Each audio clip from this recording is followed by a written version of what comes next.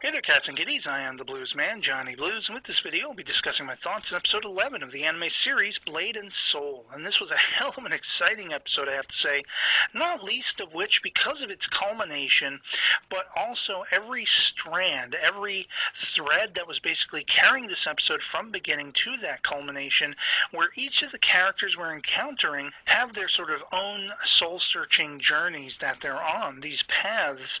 And it's interesting, we begin with Arika, of course, who is still mourning and trying to understand her emotions and her feelings in the aftermath of the vengeance unleashed upon her by Karen for transgressions from an earlier point in their lives and everything.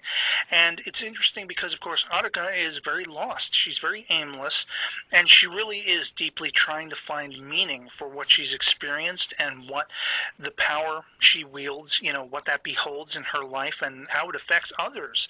And she encounters this old woman who is selling flowers and who speaks about having lost everyone around her and having nothing more she can really do about it except kind of dealing with it and living her life, living out the rest of her days as best she can. There's also a guy who comes and buys flowers who's speaking about, what am I going to do? Go seeking revenge? All I can do is but mourn and live on day to day as best I can. The woman gives her flowers, overhearing Arika saying, repeating that line about having lost everyone. And this woman kind of hints around to the fact that, I could really use something in return for these flowers.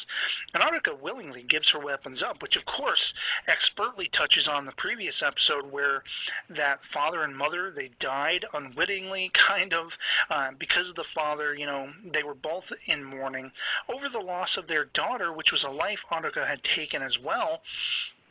And all of these things are really playing havoc in Arika's mind, and just, she's trying to understand them. She's trying to process her grief and her understanding of all of this, and she runs into this woman again, and there's an almost off-putting, the woman gives her weapons back and says, I really have no purpose for these. There's nothing I can do with them. And that's interesting because, it again touches upon that idea of laying down your sword, because you shouldn't be taking revenge. You shouldn't take other people's lives. You need to understand the power you wield with these weapons. And so, Arika basically, her soul-searching leads her on a path back to the, mountaintop village of the Clan of the Sword. And all the while this is going on, essentially we find that Karen, Hazuki, and Luana, plus the remaining or newer Pleasure Gang members who are still surviving, are all making their way there as well, because Karen believes this is where Arika's likely to go, and she's curious to see if she's still alive. She's curious to see just how badly her vengeance has been reaped on Arika, and if it's done her in, all these kinds of things. Hazuki, of course, still very much has the aspect of, in a sporting fashion, wanting to take Arika's life, see who the better warrior is and all this stuff. But you get the sense that she's sympathetic to a point as well. She's on a learning curve, and when they finally do find her at this mountaintop, they were spot on. This is where she was headed. And it's interesting to note that the Heaven Spirit flowers are bed, across the field of this open area that is the Clan of the Sword temple, if you will. And that's very telling, perhaps, of what, was the cause of their downfall, maybe, because, of course, we see flashbacks of Arika's younger assassin killing those who are, moving and creating these flowers and everything. And this has been a constant thread, as these flowers have been in control of course, the Param Empire and everything like that. So that aspect of it comes full circle. We also have all these intertwining paths of these women who don't always get along, are almost antagonistic to each other. I love the fact that, much as I speculated might be the outcome and the one that I was hopeful toward, that all these women come together and, you have Karen basically processing and realizing that her vengeance was empty. It doesn't sort of fill the void that she thought it would. It's not going to bring her lover back. It's not going to make her feel any sense of semblance. And she's still very much of the mindset of protecting Arika. We see Hazuki kind of just, her last nerve is broken, and she draws her weapon when Arika's basically standing there kind of, stunned by everything. and she goes to shoot, and here we have Karen jumping in the way of the bullet. Of course, Hazuki ended up aiming at the sky. She didn't actually shoot anybody, but it's a very telling moment that Karen leaped in front of that weapon's fire to try to save Aruka, and even Aruka's stunned, like, why did you do this? And it's interesting to see these women come together because, of course, Luana wanted to thank Aruka for her, basically carrying out the vengeance she did on Param and everything that led to the loss of her pleasure gang members.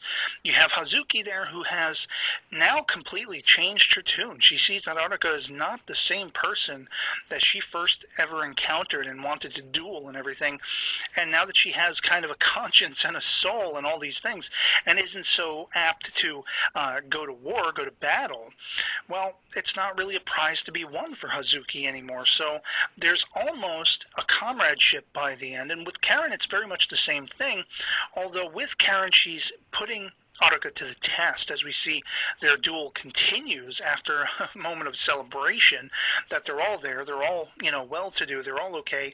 For all intents and purposes, it seems like Viral Jin and the Param Empire is nowhere to be found at the moment from their perspective. And here is where Karen just unleashes her little blade, her little fan blade, whatever you want to call it, and starts kind of duking it out with Aruka, kicking her butt, and trying to prompt Aruka to take out her weapon and get on the defensive. And there are words exchanged between them that really calls back on words of Master Hans about what these swords are worth to Aruka, and especially because we see some revelations in the flashbacks of the words of Karen's lover, talking about his home being on a hilltop, and this playing into her destination being the Clan of the Sword base, which is at this mountaintop as well.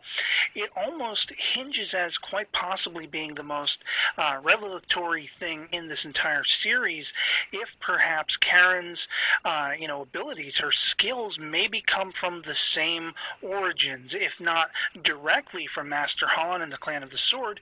If this guy she was in love with that Aruka had taken the life of, perhaps as a traitor he left the cause or what have you, and her duty was to take his life per that clan's orders, well, it's very intriguing that Karen is so well endowed with these skills, and perhaps they are even more relatable than they at first would have assumed. And that just compounds my excitement if that ends up being the case.